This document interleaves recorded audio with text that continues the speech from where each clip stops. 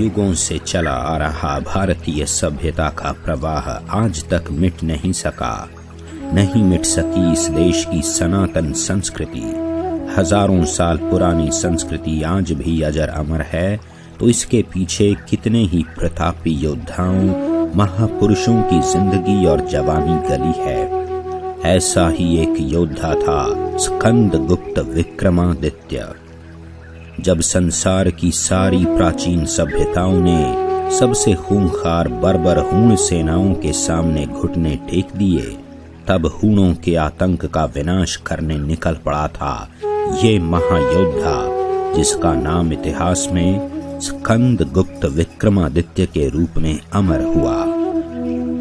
हम आपको हूण विजेता स्कंदगुप्त की पूरी महागाथा सुनाएंगे, लेकिन पहले जान लीजिए कि आखिर ये हूण कौन थे, कहां से आए थे, क्या चाहते थे, ये कितने बर्बर और अमानुष थे।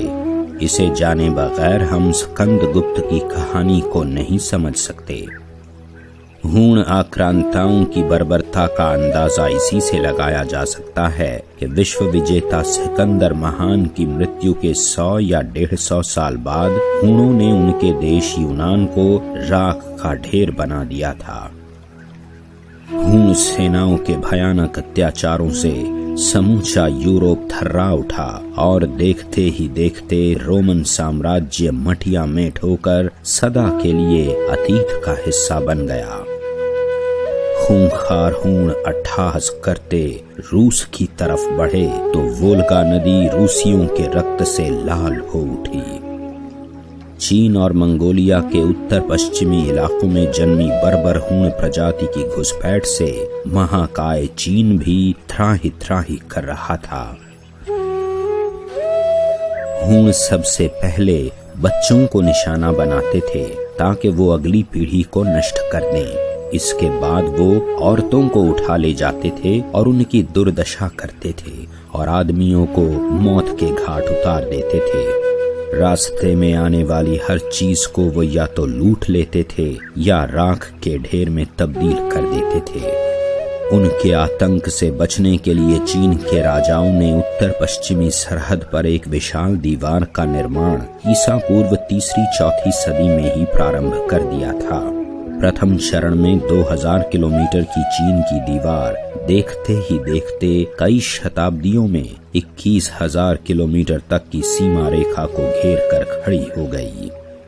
गाजीपुर और आसपास के इलाकों में आज भी माताएं अनजाने में बच्चों को कहती हैं कि सो जा बेटा, हुनार आ जाई। ये हुनार दरअसल पीढ़ियों से चली आ रही लोक श्रुतियों में कबायली लड़ाके हूण ही हैं। चीन की दीवार खींचने के बाद बर्बर हूण तब सोने की चिड़िया कहे जाने वाले भारत पर कहर बनकर टूटे। तक्षशिला विश्वविद्यालय को ध्वस्त कर लूटमार और मारकाट करते हुए वो गंगा यमुना के मैदानी क्षेत्र तक बढ़ आए। उनका लक्ष्य भारत के तत्कालीन केंद्र पाटलिपुत्र को कब्जे में लेने का था। यूनान और चीन के बाद तक्षशिला और पश्चिमी भारत के कुरु और गांधार राज्यों में हूण सेनाओं के खूनी खेल की सूचनाएं गुप्तचर पाटलिपुत्र तक पहुंचाने लगे थे। आसन्न शत्रु की बर्बरता सुनकर 60 वर्ष की उम्र पार कर चुके सम्राट कुमारगुप्त के माथे पर भी चिंता की लकीरें खिंच आई थीं। कुमारगुप्त चक्रवर्ती सम्राट थे, मगर आयु और वृद्धावस्था उन्हें युद्ध भूमि में उतरकर सेना का नेतृत्व करने की अनुमति नहीं दे रही थी। सेना की अगुवाई करने वाले को लेकर चिंता बरकरार थी। 2 बड़े राजकुमार पुरुगुप्त, घटोत्कच गुप्त गंभीर न थे। हूणों से मुकाबला कर जीवित लौट आने पर सभी को संशय था, इसलिए ये राजकुमार सेना की कमान संभालना नहीं चाहते थे। मगर कुमारगुप्त की दूसरी पत्नी देवकी के बेटे राजकुमार स्कंदगुप्त आगे आए और उन्होंने हूणों के सफाई के अभियान की अगुवाई करने की इच्छा पिता से जताई।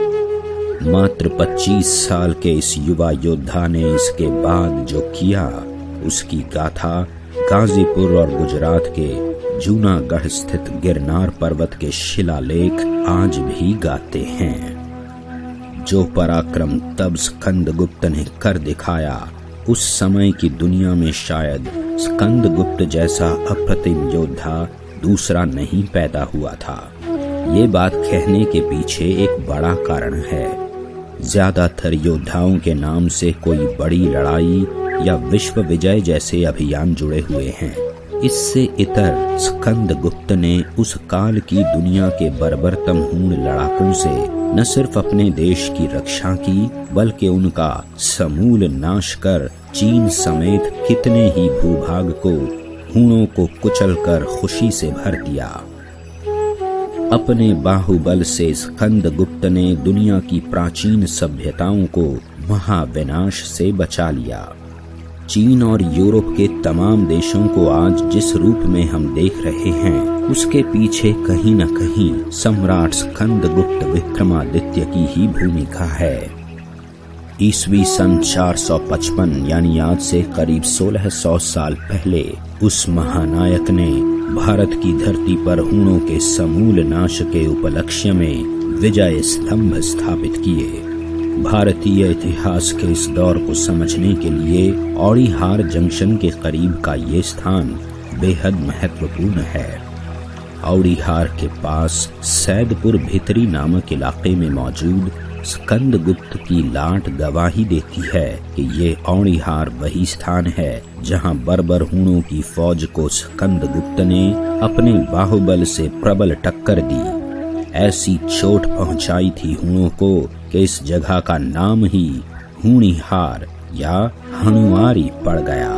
मतलब वो जगह जहां हूणों की हार हुई, जहां हूणों की पराजय का इतिहास लिखा गया। जो भूमि दुर्दांत हूणों के लिए अरी यानी शत्रु समान खड़ी हो गई, वो जगह ही आज अपभ्रंश रूप में औड़ीहार के रूप में मौजूद है। यहाँ के गांवों के नाम हूणों की पराजय के नाम से बसे औड़ीहार, मुड़ियार, हौणही, तहतारपुर ऐसे दर्जनों गांव हैं जहां बसे लोगों के पुरखों ने स्कंदगुप्त की महासेना के सैनिक और कमांडर के रूप में इस महायुद्ध में हिस्सा लिया था। आज भी इस इलाके के युवाओं का डीएनए सबसे पहले भारत की सेना में ही करियर खोजता है। आंकड़े गवाही देते हैं कि भारत की फौजों में गाजीपुर के हर गांव से युवकों की टोलियां तब से ही भर्ती होती चली आ रही हैं। देश की रक्षा के लिए लहू बहा देने और अपना सब कुछ लुटा देने का ये पाठ उनके दिलो दिमाग में स्कंदगुप्त जैसे महानायकों की छाया में और प्रबलित हुआ था। बनारस की भूमि से सटकर बहने वाली गोमती और गंगा के संगम के तीर्थ कैथी मार्कंडेय महादेव से बिल्कुल ही सटा हुआ। हूणों से निपटने के लिए इस जगह का चुनाव स्कंदगुप्त ने सोच समझकर किया था। मौर्य काल से ही भितरी का इलाका गंगा के इस पार पश्चिमी दिशा में पाटलिपुत्र की सुरक्षा के लिए अभेद्य रक्षा कवच था। यहाँ पर जो सैनिक छावनी कौटिल्य और चंद्रगुप्त मौर्य के समय निर्मित हुई, वो गुप्त साम्राज्य के समय में भी सुगठित ढंग से संचालित होती रही थी। यहीं स्कंदगुप्त ने भी युद्ध कौशल की शिक्षा पाई और इसी स्थान पर उन्होंने अपनी अद्भुत व्यूह रचना और वीरता से हूण सेनाओं को नेस्तनाबूद कर दिया।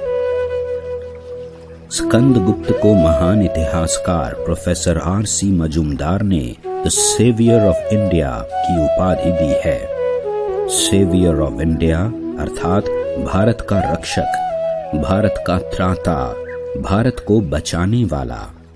विभिन्न स्रोतों से जो जानकारी मिलती है उसके आकलन के अनुसार ईस्वी 453 में हूण सेनापति बरबंड अटीला की अगुवाई में बड़ी सेना ने भारत पर धावा बोला था। अटीला सबसे दुर्दांत हूण सेनापति कहा जाता है। उसने यूनान और रोम के कई राजाओं की हत्या की थी और उन देशों से वो भारी माल गुजारी वसूला करता था। लेकिन इस आक्रांता की सेनाएं भारत पुत्र स्कंदगुप्त की कुशल व्यूह रचना के कारण गंगा, यमुना, गोमती आदि नदियों के प्रवाह में ऐसे फंसी कि भागने के लिए भी जगह नहीं बची। सैदपुर भितरी में 2 नदियों के बीच का ये इलाका भागते हुए शत्रु के लिए किसी चूहेदानी जैसा ही था। शिलालेखों और अन्य ऐतिहासिक साक्ष्यों के अध्ययन से पता चलता है कि हूणों ने स्कंदगुप्त की सेना से निपटने के लिए चतुराई भरी चाल चली थी। उन्होंने व्यूढ़ मित्र या पुष्यमित्र नामक राजा की अगुवाई में एक सेना को आगे भेजा। पहले से तैयार स्कंदगुप्त की सेनाओं ने उसे रौंद दिया, मगर इसके बाद 2 लाख से ज्यादा अश्वारोहियों से सजी हूण सेना की अगली पंक्ति ने आक्रमण किया तो पाटलिपुत्र की सेना को कदम पीछे खींचने पड़े। हूणों के आतंक को लेकर तमाम किंवदंतियां पहले से ही प्रचारित थीं। दूसरी लड़ाई में चोट खाकर स्कंदगुप्त की सेना का आत्मविश्वास डिगने लगा। उधर ये हार का समाचार सुनकर पाटलिपुत्र में सम्राट कुमार गुप्त को भयानक हृदयाघात पड़ा और उनका निधन हो गया। पिता के निधन से अनजान स्कंदगुप्त सेना में जोश भरते रहे। इतिहासकारों और शिलालेखों के अनुसार उन्होंने शिविर में बिस्तर का त्याग कर दिया और सैनिकों के साथ रात में भूमि पर ही विश्राम करते थे। स्कंदगुप्त की कोशिशों से सेना दोबारा जोश से भर उठी और हूणों की सेना पर जोरदार हमला बोल दिया। आचार्य वासुदेव शरण अग्रवाल लिखते हैं कि जिस देश में सेनापति इस तरह से कड़ी जमीन पर रात गुजार कर तपस्या करते हैं, भला उस देश को संसार में कौन समाप्त कर सकता है। इस युद्ध में स्कंदगुप्त की वीरता भी बेमिसाल थी। घोड़े पर सवार इस योद्धा के धनुष से सैकड़ों हूण सैनिक खेत रहे। दोनों हाथ से तलवार चलाता ये वीर जिस दिशा में निकल जाता था वहां दुश्मन की लाशें बिछ जाती थीं। जिन कुछ हूण टुकड़ियों को स्कंदगुप्त ने क्षमादान दिया भी तो पश्चिम की ओर जाने वाले उत्तरापथ से जुड़े गणराज्यों यौधेय, मालव, शूद्रक के वीरों ने मार मार कर यमलोक पहुंचा डाला। युद्ध के अंत में स्कंदगुप्त ने हूण राजा को पकड़ लिया और उसके सीने पर अपना बायां पैर रखा। ये देखकर जनता जय जयकार कर उठी।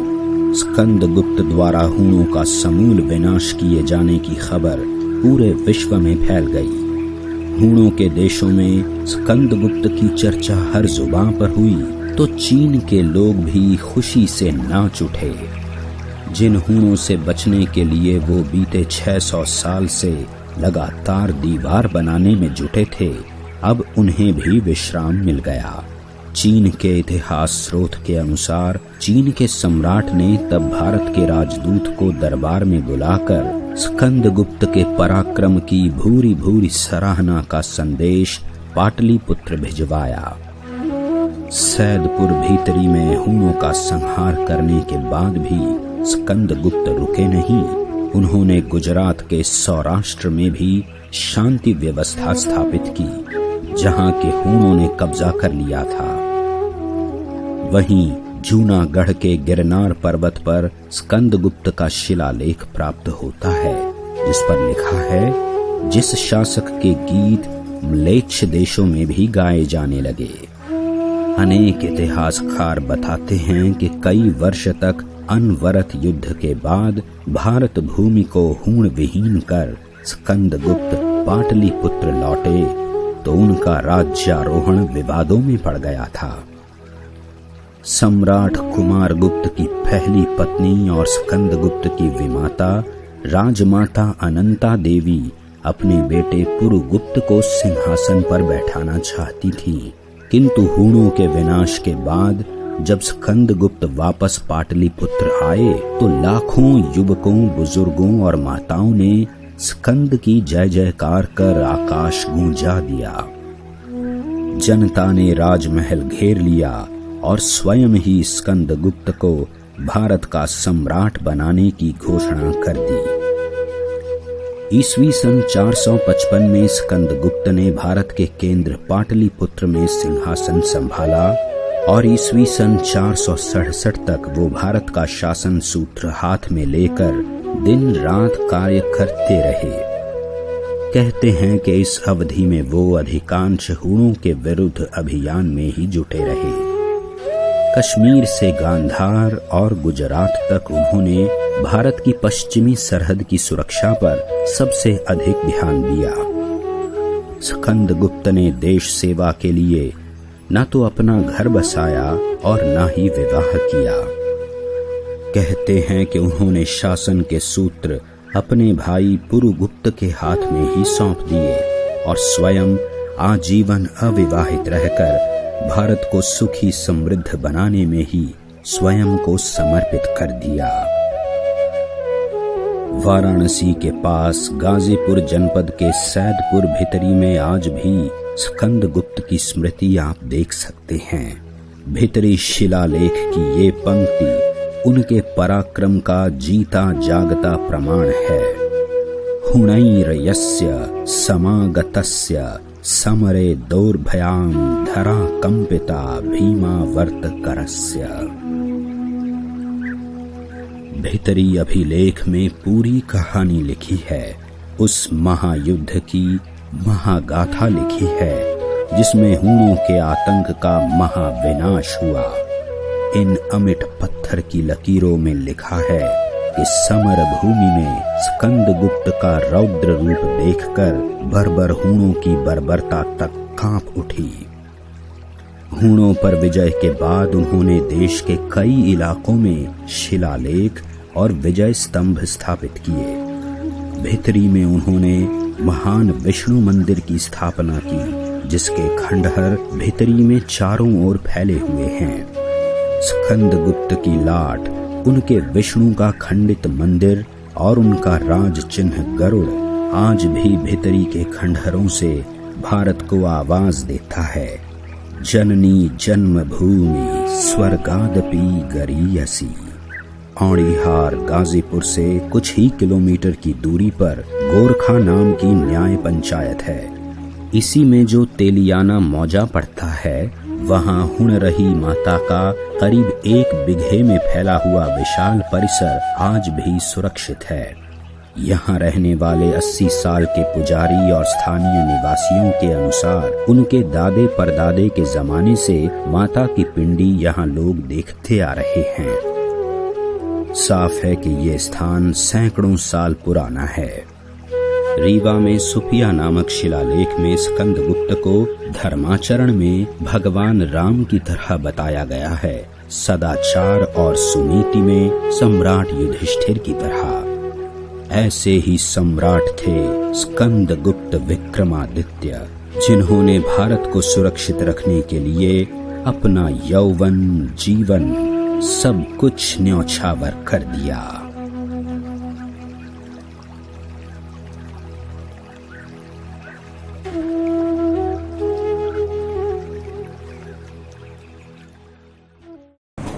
आज की राजनीतिक परिस्थिति